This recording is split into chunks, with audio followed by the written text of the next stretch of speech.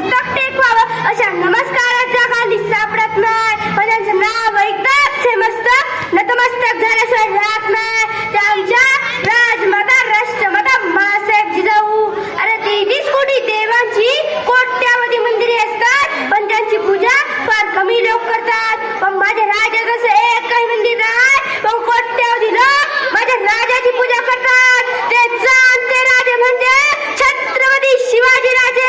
मरण आलं तरी शरण नाही जाणार, शिवाचा छावा माघार नाही घेणार. शत्रूंनीच काय मृत्यूने त्याच्या पुढे मान लिहार. सहसा त्या रक्ताचा धगधगता अंगार म्हणजे माझं धाकलं धनी साक्षात शंभू राजा. अशा या हिंदवी ज्वालामुखींना माझ्या देवांना माझा मानाचा मुजरा ओळखलं नाही का मस्ती. माझ्या धन्यासारखा दिसणारा म्या त्याला बघून सिद्धी जोर बी बसला होता. वय वय शिवा काशीत म्हणत्या त्या देहाला. मी आलोय स्वराज्य पुन्हा एकदा. कशासाठी? अरे कसल्या मौतीनं मरताय तुम्ही? महाराष्ट्रातल्या पोरांनी मरावं असं की मरणार नाही सलाम ठोकावं, मरणार नाही सलाम ठोकावं अशा मौतीनं. आठवा बाजी, आठवा तानाजी, आठवा नेताजी, नव नव आठवा माझं धाकलं धनी. या बलिदानाचीच आठवण करून द्यायला आलोय बया. पण्याच्या पायथ्याशी असलेल्या नेबापूर गावात अत्यंत गरीब न्हावी कुटुंबात माझा जन्म झाला.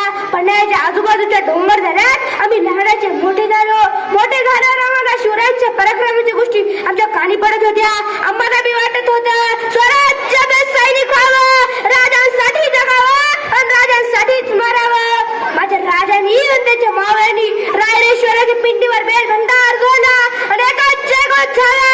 हर हर महादेव. माझ्या राजांचं देखलं स्वराज्य कणाकणाने वाढत होतं. पण या स्वराज्यावर 3 संकटे बलाढ्य आली. पहिलं संकट आलं अफजल खानाचं. अफजल खान उभा पाडला.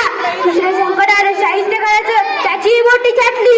तिसरं संकट आलं सिद्धी जोहरचं. 42,000ची पटाणी फौज घेऊन सिद्धी जोहर आला होता. त्याच्यासोबत अफजल खानाचा मुलगा फाजल खानही होता. आपल्या बापाच्या वताचा सूड घेण्यासाठी राजाने पन्हाळ किल्ला जिंकला. तेव्हापासून मी राजांचे संगतीला होतो आणि त्याच पन्हाळ किल्ल्याने सिद्धी जोहरला वेढा घातला होता.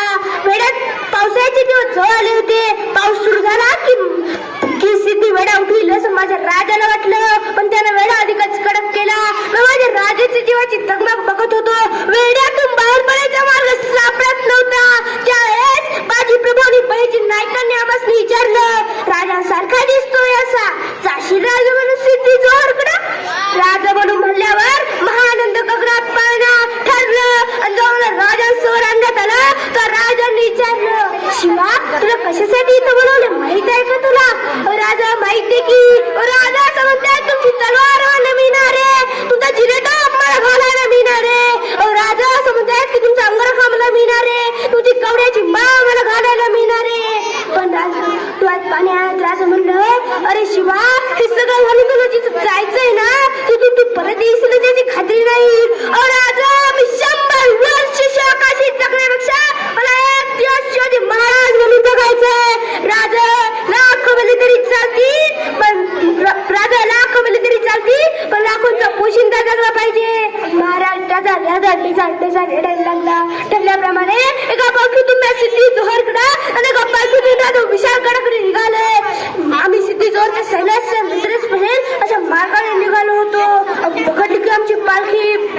आम्हाला जेव्हा सिद्धी जोहर समोर नेण्यात आला तेव्हा सिद्धी कळाला खुद का दक्कन का शेर कहते हो और भाग जाना चाहते थे. मराठा कधी पळत नाही, पळायला लावतात. अब तितक्यात अफजल खानचा मुलगा फाजल खान कहाय शिवाजी कडे सामील झाला. आमच्या डोळ्यात बघत तो म्हटला, दगा ये शिवाजी नहीं हो सकता. हमने देखा उसे एक ही पल और वो चेहरा हम जिंदगी भर नहीं भूल सकते. तसा सिद्धी कळाला, बताओ कौन हो तुम? मैं शिवाजी हूँ. तशा लखलखत्या नंग्या तलवारी माझ्या गळ्यापाशी आल्या. मैं मात्र हसायला लागलो. सिद्धी कळाला, हंस क्या रहे हो काफी, तुम्हें डर नहीं लगता? अरे शिवाजी राजा म्हणून मरतोय असा भाग्याचं वरण 1000 वेळा झेलाया तयार आहे या शिवकाशी.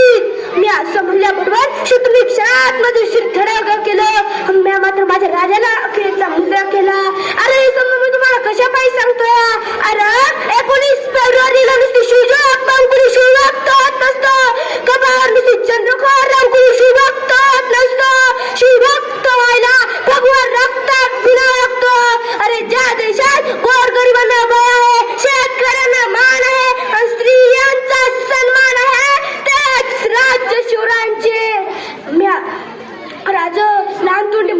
घेतो या.